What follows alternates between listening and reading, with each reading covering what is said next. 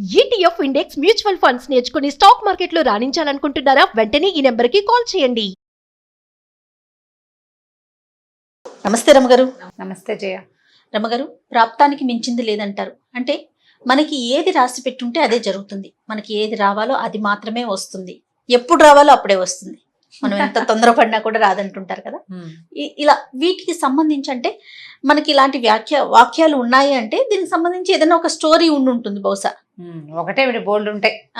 ఇలాంటిది మనం ఒకటి చెప్పుకున్నాము ఆల్రెడీ, ఒకటి రెండు చెప్పుకున్నాము.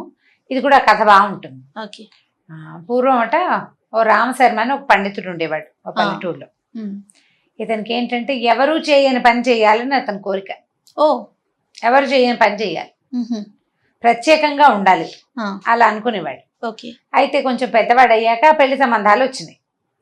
వస్తే ఏం చేశాడు అతను, ఆ సంబంధాలు ఈ సంబంధాలు ఏవో అవి ఇవి ఇవి ఇవి చూశాడు. చూసినప్పుడు వాళ్ళ నాన్న ఏమన్నాడంటే, బొరే జాతకం చూపించుకుని పెళ్లి చేసుకుందు కానరా అంటే, అదేమిటి నాన్న జాతకాలు చూస్తే ఎట్లా, మనకి ఏది రాసి పెట్టిందో అదే కదా వస్తుంది అని ఒక చిన్న అమాయకత్వం అనమాట. అది మనకి రాసి పెట్టిందే వస్తుంది. నువ్వు జాతకం చూపించినా అవతల వాళ్ళు మంచి సరిగ్గా ఇవ్వలేదనుకో, దొంగ జాతకం ఇచ్చారనుకో, అప్పుడు మనకి ఏది ప్రాప్తమో అదే కదా వచ్చేది. అలా మాట్లాడేవాడు. ఏవో ఆ సంబంధాలు ఈ సంబంధాలు బోర్డు సంబంధాలు చూసేసరికల్లా ఇతను పిల్లల్ని చూడడానికి వెళ్తుండేవాడు. అమ్మాయి బాగుంది, అమ్మాయి బాగుంది, బాగోలేదా చూసేవాడు. ఆ ఊళ్ళోనట ఒక అత్యంత అనాకారి పిల్ల ఉందిట పక్క ఊళ్ళో. అమ్మాయి వంకరగా పొట్టిగా సామాన్యంగా ఉండేది, ముక్కు మొహం అసలు బాగుండేవి కాదు, అస్సలు బాగుండదు, అనాకారి పిల్ల. అయితే ఏమైంది, వీడు పోయి ఆ పెళ్లి సంబంధం కూడా వచ్చింది. వాళ్ళు జంకుతూనే వచ్చారు, కానీ ఇతను అమ్మాయిని చేసుకుంటానన్నాడు. అందరు ఆశ్చర్యపోయారు. అదేమిట్రా, శుభ్రమైన పిల్లలు బోళ్ళ మంది వస్తే అనాకారి పిల్లని ఎందుకు చేసుకోవాలంటే, మరి దానికి మాత్రం పెళ్ళవద్దా, నాకు దీన్ని చేసుకోవాలనిపిస్తుంది అంటే ఇదే నాకు రాసి పెట్టుందనమాట అని ఇలాగా అడగోలుగా మాట్లాడి ఆ పిల్లని చేసుకున్నాడు. చేసుకుంటే అందరూ ఊళ్ళో అనేవాళ్ళు అనాకారి వాడి దాని పెళ్ళ మొగుడని ఈవిడిని, అతన్ని అనాకారి ఆవిడ మొగుడు. అక్కడి నుంచి అదొక మాట. అక్కడి నుంచి వీడి గుర్తింపబడ్డాడు అనమాట. ఈ త్రిభంగిగా కుబ్జగా ఉన్న పిల్లని చేసుకున్నాడని. 3 వంకర్లు ఉన్నా సరే, అంటే ముక్కు మొహం వంకరగా ఉంది, పొట్టి గూని అన్ని ఉంటే దాన్ని చేసుకున్నాడని ఓ విచిత్రంగా గుర్తింపు కావాలి. అంతే అంతే. అది మంచి అయినా చెడైనా. కొన్ని రోజులు గడిచేసరికల్లా ఎవరింటికి వెళ్ళినా అదేమిట్రా అలా చక్కగా ఉన్నావు, మీ ఆవిడేమిట్రా ఇలా ఉంది అని, లేకపోతే మీరు భలే చక్కటి వారండి మీరు, ఇలాంటి అమ్మాయిని చేసుకున్నారు ఏమిటని అనేవాళ్ళు. వీడికి మెల్లిగా జంకు మొదలైంది లోపల. ఏమిటి, నేను నా ప్రాప్తాన్ని కాకుండా వేరే వాడి ప్రాప్తాన్ని తెచ్చేసుకున్నానేమో, మిగిలిన వాళ్ళు ఎవరిని ఏమనుకున్నా నన్నే ఇలా ఎందుకంటున్నారు అని ఒక కించగా ఉండేది లోపల. అయితే ఈ అమ్మాయి చక్కగా పనిచేసేది, పని మంత్రాలు బుద్ధి మంత్రాలు అన్నీ బాగానే ఉండేవి. అయితే ఏమనుకున్నాడు, కొన్నాళ్ళు పోయాక శివుణ్ణి ప్రార్థించాలి. ప్రార్థించి అదృష్టం ఏదైనా కలగజేయమని అడగాలి, ఈ అనాకారి పెళ్ళాన్ని మార్చమని అడగాలని అనుకున్నాడు. అనుకుంటే బాగా ఆలోచించాడు. వీడు కొంచెం తెలివి తక్కువ వాడు, కొంత ఏదో అమాయకత్వం ఉంది కదా, నేనే కదా భగవంతుణ్ణి, అంటే ప్రతి వాడిలోనూ దేవుడు ఉంటాడు. ఆత్మజ్ఞానం అయిన వాడు ఏంటంటే తనలోనే ఉన్న పరమాత్మని గ్రహించగలుగుతాడు అని చదువుకున్నాడు అనమాట. సో నాకు ఆత్మజ్ఞానం ఉంది, నేను చదువుకున్నా కదా, నాకు చదువుకోవడానికి ఆత్మజ్ఞానానికి సంబంధం లేదు, అతని ఉద్దేశం అనమాట అది. కాబట్టి నేనే శివుణ్ణి అని చెప్పి ఏమన్నాడు, భార్యని ఏమే ఒక నేతి బొబ్బట్లు చేసి పెట్టు, బాగా ఒక పెద్ద మూట నిండా, నేను ఇవాళ నుంచి శివారాధన చేస్తానని అన్నాడు. భార్యకి ఏం తెలుసు వీడు ఏ శివారాధన చేయబోతున్నాడు అని బొబ్బట్లు చేసింది, మూట కట్టి బొట్లో పెట్టి అన్ని బొబ్బట్లు, ఒక చెంబుతో నెయ్యి ఇచ్చింది. ఆ నెయ్యి పుచ్చుకుని ఆ బొబ్బట్లు పుచ్చుకుని పోయి చెరువు గట్ట మీద ఒక రావి చెట్టు కింద కూర్చున్నాడు. శివోహం శివోహం అని జపం చేసుకుంటూ నేనే శివుణ్ణని ఒక్కో బొబ్బట్టు ఆ నేతిలో ముంచా, నోట్లో వేసుకోవా, శివుడు లోపల ఉన్న శివుడికి ఆహారం పెడుతున్నానని. ఇక 30-40 బొబ్బట్లు చేసి ఇచ్చింది. ఒక 15 తినేసరికల్లా పొట్ట బయటకు వచ్చేస్తుంది, ఉబ్బిపోతుంది, మింగలైపోతున్నాడు. అయినా సరే ఎలా గోలాగా శివుడికి అవన్నీ ఆ బొబ్బట్లన్నీ పెట్టి అప్పుడు తన కోరిక కోరాలని అనుకున్నాడు. కొంచెం చల్లబడేసరికల్లా శివపార్వతులు వ్యాఖ్యాలకు వస్తారట పైన ఆకాశంలో. శివుడు పార్వతి పైన వెళ్తూ చూశారు. చూస్తే పార్వతీదేవి, అయ్యో పిచ్చివాడండి, మీరు తన లోపలే ఉన్నారనుకో, ఆ బొబ్బట్లు చూడండి చచ్చిపోతున్నాడు తినలేక, పాపం వాడి కోరిక తీర్చాలండి ఏదో విధంగా అని అన్నారు.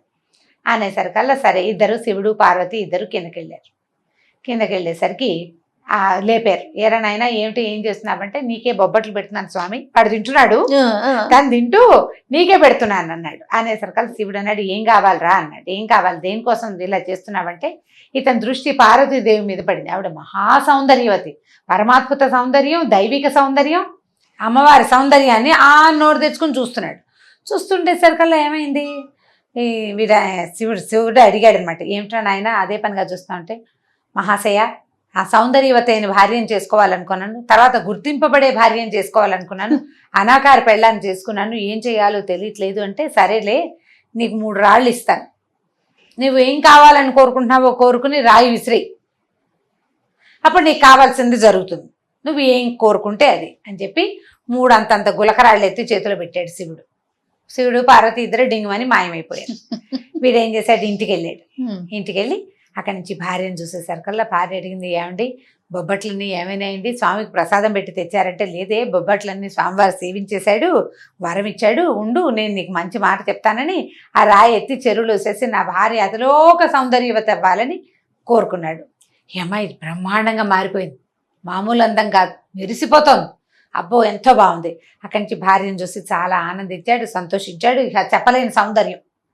అక్కడి నుంచి ఏమైంది, సరే తెల్లారిపోయింది. పొద్దున్నే ఈయన సంధ్య వార్చుకోవడానికి వెళ్ళాడు.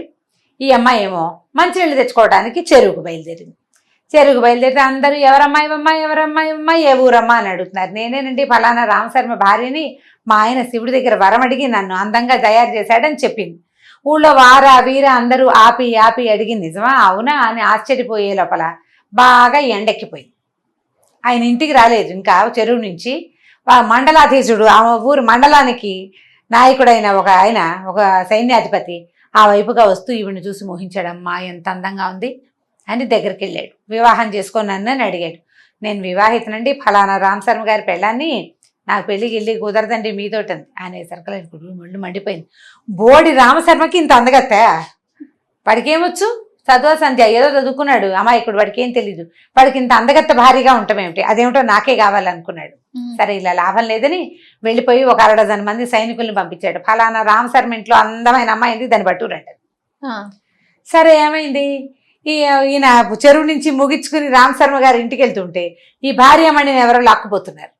అయ్యో అయ్యో నా పెళ్ళామని వెంబడిపడ్డాడు. ఆ అమ్మాయేమో లబో దిబోమని ఏడ్చింది. అందమని ఏడ్చావు, ఇప్పుడు అందమే మనకు బంధమైంది, వాళ్ళు ఎత్తుపోతున్నారు అని తిట్టింది. తిట్టేసరికి ఇంకేం చేయాలో తెలియలేదు. మండలాధ్యక్షుడు తలుచుకుంటే అదే చేయాలి, నా పెళ్ళామన్నా ఏం వాడు ఒప్పుకోడు. అయితే అయింది, నువ్వు ఇంకో పెళ్లి చేసుకో, ఈ పిల్ల నాకు కావాలంటాడు. ఏం చెయ్యాలి, అప్పుడు గుర్తొచ్చి శివుడు ఇంకో 2 రాళ్ళు ఇచ్చిన రాళ్లలో 2 ఉన్నాయా, 2వ రాయి విసేసి నా పెళ్ళాం ఎలుగుబంటిగా మారిపోవాలని కోరుకున్నాడు. ఎలుగుబంటి అయిపోయింది అమ్మాయి. ఎలుగుబంటి అయిపోయేసరికల్లా సైనికులు కంగారు పడి వదిలిపెట్టేశారు. మరి వీడి పెళ్ళాం కదా ఎలుగుబంటి, అదేం చేస్తుంది, ఎక్కడికో అడవిలో పోదు కదా, ఎగురుకుంటూ ఇంటికి వచ్చేసింది. వచ్చేసి భర్త దగ్గర నుంచింది. ఇంత ఎత్తున ఎలుగుబంటి, దాని ఒంటి నిండా నల్లగా వెంట్రుకలు, దాని ముక్కు మూతి చూస్తే అది ఇంట్లో పనిచేయడానికి రెడీగానే ఉంది ఎలుగుబంటి రూపంలో కూడా. ఈయనకే అసహ్యం పుట్టింది. చిచ్చి నా ఎలుగుబంటితోటి నేనేం కాపురం చేస్తాను, ఇది నాకేం వంట చేసి పెడుతుంది అనుకుని, దేవుడా నా పెళ్ళాన్ని ఎలుగుబంటిని నా పెళ్ళంగా మార్చేసేయని 3వ రాయి కూడా విసిరేశాడు. విసిరేయంగానే మామూలు కుబ్జావతారంతో వచ్చేసింది అమ్మాయి మళ్ళీ. మరి అదే కదా కోరుకున్నాడు. అప్పుడు చూసుకున్నాడు, అప్పటికి అర్థమైంది 3 రాళ్ళు వేసేసాను, ఇప్పుడు ఇక శివుడు మళ్ళీ రాడు, బొబ్బట్లు తిను ఇంకోటి సొజ్జప్పాలు తిన్నా రాడు, ఇంకా ఆప్షన్ లేదు. ఇంకేం చేస్తాము, అయ్యో మనకు ప్రాప్తం ఇదే, వృధాగా నేను తపస్సు చేశా, ఏదో చేశాడు బొబ్బట్లు తపస్సు, ఇచ్చిన వరాలు 3 వృధా చేసుకున్నా, దీని బదులు డబ్బులు కావాలని ఏదైనా కోరుకుంటే బాగుండేది. పాపం భార్య ముందే చెప్పింది, మనకు బాగా డబ్బులు ఇల్లు బాకిలి కోరుకుందామండి, పేదవాళ్ళం కదా అంటే, ముందు నువ్వు అందం కావాలి, తర్వాత ఇంకో 2 రాళ్లతో డబ్బులు రాజ్యం కోరుకుందాం అనుకున్నాడు. పెళ్ళాన్ని ముందు అందగత్తం చేసేసరికి టాప్ ప్రయారిటీ అందానికి ఇచ్చేసరికి అది కాస్త ఇలా అయింది అనమాట. అందం కాస్త బంధం అయ్యి చివరికి ఇలా అయిపోయింది. దాంతో నా ప్రాప్తాన్ని మించింది లేదు, నాకు రూపి పెళ్ళామే నా జాతకంలో రాసుందని దేవుడికో దండం పెట్టుకుని ఊరుకున్నాడు. విధిని తప్పించలేం. మనకి ఏది రావాలని ఉంటుందో, ఏది జరగాలని ఉంటుందో ఆటోమేటిక్గా ఆ టైంకి జరిగిపోతుంది అంతే. మనకి అక్కర్లేని ఒక్కొక్కసారి దానికి మనం ఏం చేస్తామంటే గ్రహస్థితులు అవి చూస్తారు, మనకి టైం బాగుండలేదు అని అనుకున్నప్పుడు ఏదో భగవద్ ధ్యానం చేసుకోండి, గుడికి వెళ్ళండి, దానం చేయండి, అవి చేయండి, ఇవి చేయండి అంటే మన నెత్తి మీద పిడుగుబాటు పడాల్సింది నెత్తి మీద పడకుండా పక్కన పడుతుంది. పిడుగుపడ్డం గ్యారంటీ, పిడుగుపడ్డం మనం వెంట్రుక వాసి దూరంలో పడుతుంది, దానివల్ల వచ్చిన అదురు బెంగ భయం ఏర్పడతాయి. బాధ తక్కువగా ఉంటుంది. అంతే తప్పిస్తే దాన్ని పూర్తిగా మనం విధి రాతని అస్సలు తప్పించుకోలేం. బాగుంది రమ్మగారు, చిన్న కథ కదా, చాలా బాగుంది. ముందు నీతి ఉంది కథలో. అదే. రైట్ రమ్మగారు, ఇంకో స్టోరీతో కలుద్దాం.